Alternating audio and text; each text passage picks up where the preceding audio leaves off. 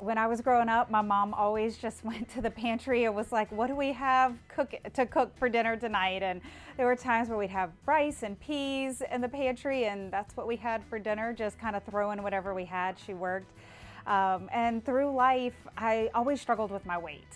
I was hitting my mid to late 20s, and went to the doctor, and they told me that I had high blood pressure. And if I didn't start making a healthier lifestyle and lose some of the weight, then I was going to have to go on blood pressure medication. And I just could not fathom doing that. So I came home and just was like, I've got to find a way to maintain my weight for life, not just that yo-yo effect that I kept having my whole life. So that day, I just started making little changes, really small ones, to where I kept off 40 pounds, and it's been almost 10 years, kept off the weight. And then I realized my family wasn't eating healthy. They'd come visit here in Cookeville, and they wouldn't eat anything I cooked. So I came up with the idea of, well, I'm just gonna hide the vegetables in the burgers. Nobody asks you what's in a burger, before they eat it. It's a safe food. So started just incorporating that. They loved them. They'd ask me what was in it, and I sometimes I wouldn't tell them, because then they wouldn't eat it. And my husband just loved the idea so much that he said, hey, you should make a cookbook. And that was about 4 or 5 years ago, and life gets in the way. And so finally, in June of this year, I finally got to launch the cookbook. It's on Amazon, and just had a lot of fun with building the recipes. There's recipes with just something simple like mushrooms and spinach that people are used to what we call the exotic burgers that have peas and cauliflower and curry, and then we call that our Indian burger. And things that are just kind of more mainstream, like maybe even beets, where people are used to eating those as a kid a little bit more, with Swiss chard or the beets greens. So we have a lot of different recipes just using different types of vegetables. So the first thing, when you get your beet, sometimes the beets will have the greens on them, sometimes they won't. Just depends, I guess, on how they look when they're farming them. So you just want to cut this little part off right there. And then I'm going to turn it over and cut off the tail here. This is a root, so. And then some people skin them. I don't even do that. It doesn't matter.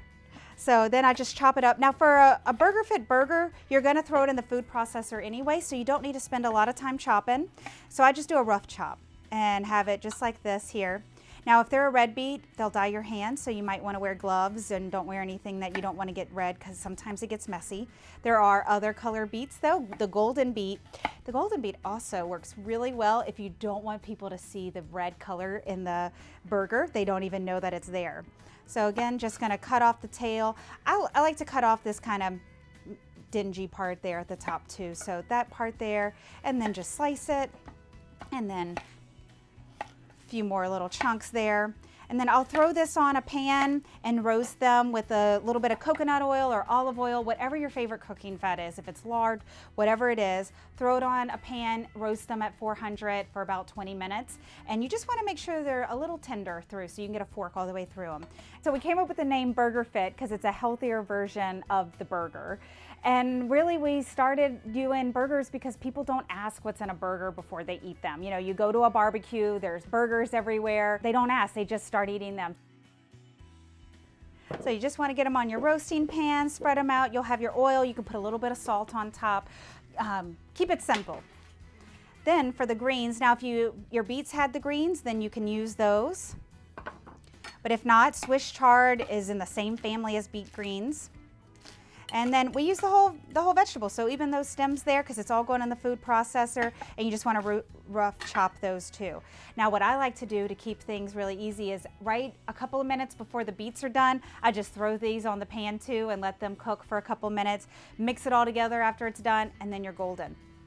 This is what it'll look like at the end after they're cooked. So you just have a nice tenderness with the beets, and then you have your beet greens that just look a little soft there. And we're gonna throw this into the food processor. So like I said, you don't need to put a lot of time and effort into chopping those. So I'm gonna just scoop these here into the food processor. And I like having a little food processor on handy because it's so much easier to clean than that big one. A lot of times we use beef. I like using Victory beef here, local. It's a grass-fed, grass-finished beef, which is something I learned recently. All right, while the beets are cooling, because you don't want them to be too hot that they burn you or that they start cooking the meat, let those cool a little bit, and then we're gonna get our pound of meat. And like I said, I like using Victory beef, and we're just going to put the beef in here with a teaspoon of salt. So every recipe is a little bit different on how much salt you add depending on what other ingredients go in it, but it's generally a teaspoon of salt. Go ahead, and I like to go ahead and just kind of mix that a little bit, let the salt mix in with the meat before we add the veggies. So just gonna break up this pound of meat a little bit. And now that this is cooled, we'll be ready to food process it. So that's how we started, and I'll even play around with the recipes. You don't have to use beef. You could use ground pork or ground chicken or ground turkey. You know, if you have dietary restrictions with the recipes, make them fit for you on how you like to eat and your style of eating.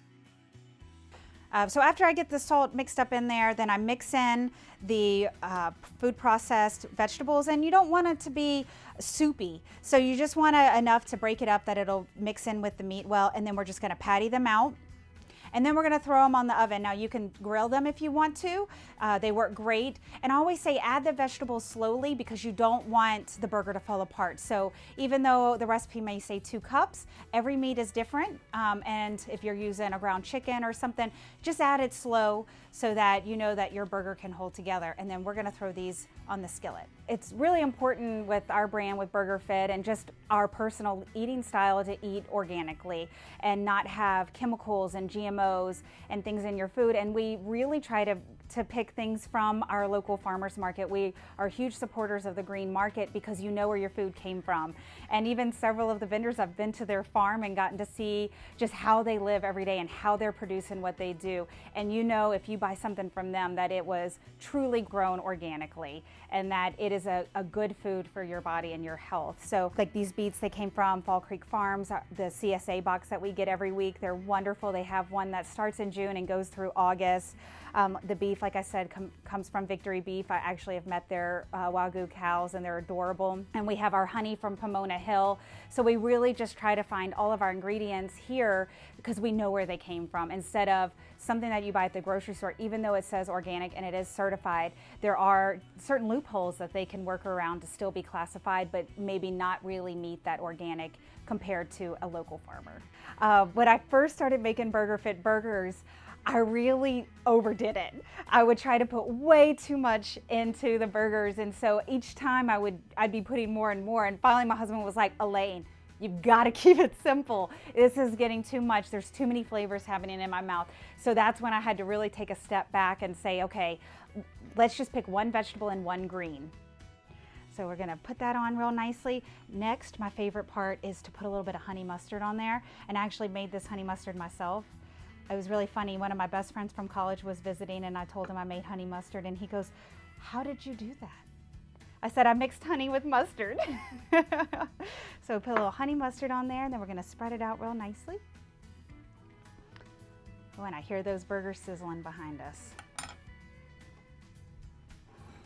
Then when the burgers are done, we're gonna plate that real quick.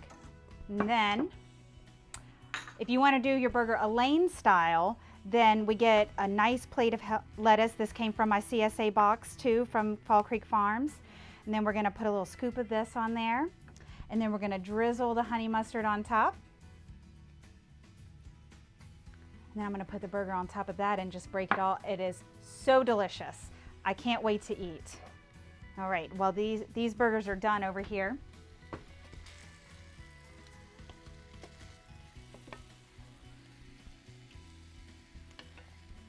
So here's our beet burger. You can see the color is a little bit red from the beets. That way, if you need to hide it, the golden beets work perfect.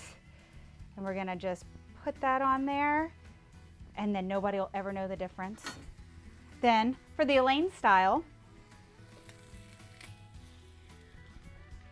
just put that burger right on top and you have a healthy dinner or lunch.